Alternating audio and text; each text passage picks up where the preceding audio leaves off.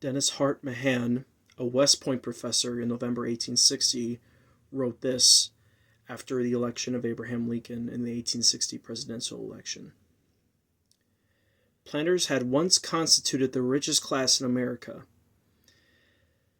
But when commerce, manufacturers, the mechanic arts disturbed this condition of things, and amassed wealth that could pretend to more lavish luxury than planting, then came in, I fear, this demon of unrest which has been the utmost soul disturber of the land for years past.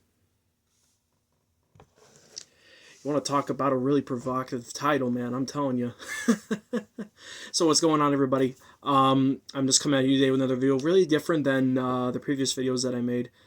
And this one specifically, I'm actually doing another book review. I figured I'd do one in the meantime, because I can feel that this book is of very huge importance now that it just came out recently, especially now that it applies to our politically polarized times. And this will be more just like a review, because I'm going to split this into two parts. So this will be the review, and then sooner or later there will be an analysis behind the history of what this has done. So I don't know what to I mean, to really just say things about this book, it's just incredible. Erik Larson, as you know, is a nonfiction writer.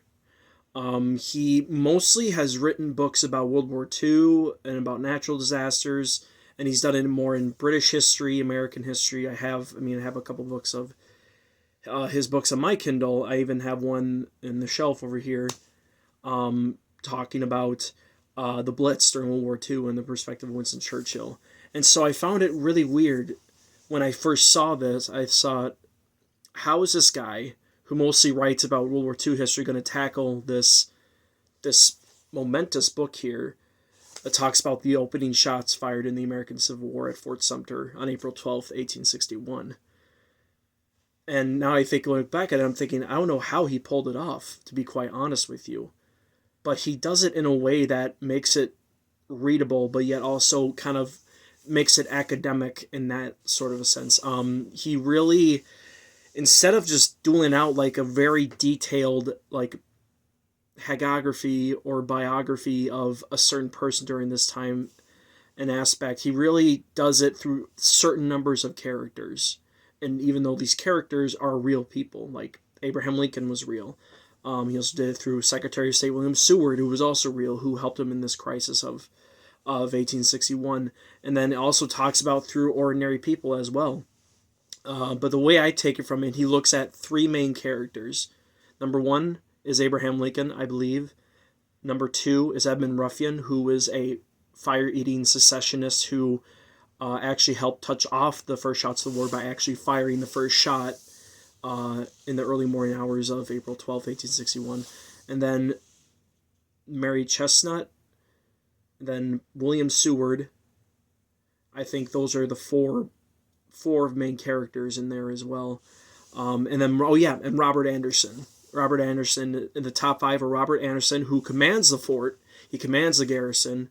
It's Mary Chestnut, who writes a diary of her experiences in this time frame and how everything came to mind, whether it's through her gossips of certain bachelors or anything like that, or her husband taking part in the secession convention that took place in December of 1860 when South Carolina seceded. Edmund Ruffin, who was actually born in Virginia. He wasn't born in South Carolina, and he wanted to make sure the state seceded, and he was doing this even way before the first shots were fired.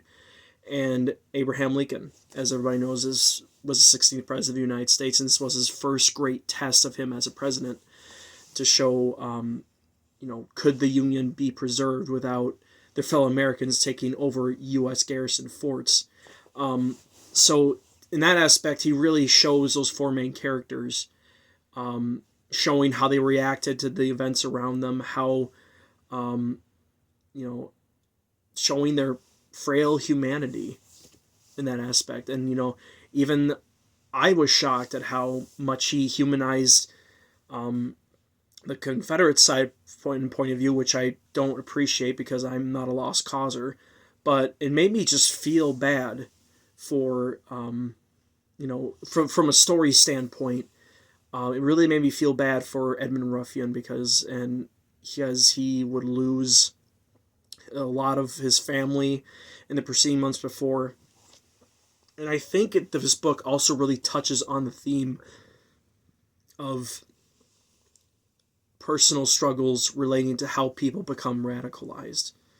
Like, and you see this all over in any aspect of history where people have personal reasons to support this cause or anything like that. Same thing as with Edmund Ruffin. He's no different than from anybody who can become radicalized in this day and age because of politics or because of personal issues like a son or daughter dying, which is what he experienced. And then also just shows, Abraham Lincoln's desire to keep the Union together. And I'll explain later in the analysis the kind of history of the book in a later time, because that's also a very important part of this book, because it really shows you what that demon of unrest was. And I just think that it's a great addition to the historiography, especially of Fort Sumter, because Fort Sumter is not a particularly well-covered topic. It only is mentioned briefly in many books written about the Civil War, and nobody knows about the exact details or the actions of actually what happened in the harbor and in the months preceding that, and also showing, how slavery caused these shots. And I mean, you could definitely say that demon of unrest was the institution of slavery that caused those shots and the radicalization of Southerners to kill their fellow Americans, even to the point of, firing cannons off of the different inlet points of Charleston in South Carolina. And it just shows you how they just, even when Lincoln, I'll explain this in more detail in the analysis, Lincoln literally said in his first inaugural address that he would not attack slavery where it was.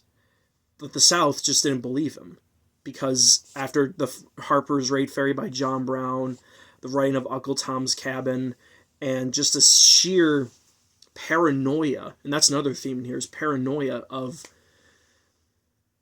just these seminal events that really just show you how they just were so much in fear of this administration. I mean, one woman from Springfield, Illinois wrote a letter saying that she was scared that Lincoln was going to destroy the country, even though she lived in his home city. And that can also be applicable to our time frame as well, because we have a lot of people, a recent presidential election just ended. People are scared about what Lincoln was going to do. People are scared about, what Trump is going to do and everything like that. So it just makes it more relatable to that sense that we all shared the same fear, even in different centuries. So that really shows you that echo of how deeply divided the United States was in 1861, and also harkens to why the United States is divided, like very divided and polarized today. And I just think it's a great way of showing that they dealt with the same things, except, we now have, despite the advent of technology can still lie and people can still spread propaganda. But at that time, technology wasn't prevalent except for the telegraph. And people just would spread by word of mouth, just basically going throughout the countryside, spewing these conspiracy theories, and also burning Abraham Lincoln in effigy. Shelby Foote said once in the Ken Burns documentary series Civil War, like, they became radicalized, and, his term was when he used Southerners, like, their blood was up and there was no stopping them. So at that point, and I'll explain again later in the analysis, but the South was not willing to compromise. That's another thing to take away, is that the South would never compromise, even when Lincoln said, I will not interfere with the institution of slavery. And even when he said, it's in your hands, but you cannot do it without being the aggressor. And I'll explain that later in the analysis, but this book shows so many human themes throughout this thing. It's radicalization, paranoia, division, even bravery, like the stories of many stories of the soldiers in the fort just having to fight through starvation and waiting whether the ships are going to come and then whether they're going to be relieved and have aid, or have ships to come and help defend the fort. And also just talking about the huge Southern issue of honor, which is another prevalent theme. And what he does, he uses terms from the Code Duello, which is basically the rule book for how duels in the 19th century and 18th and 17th centuries were to be conducted.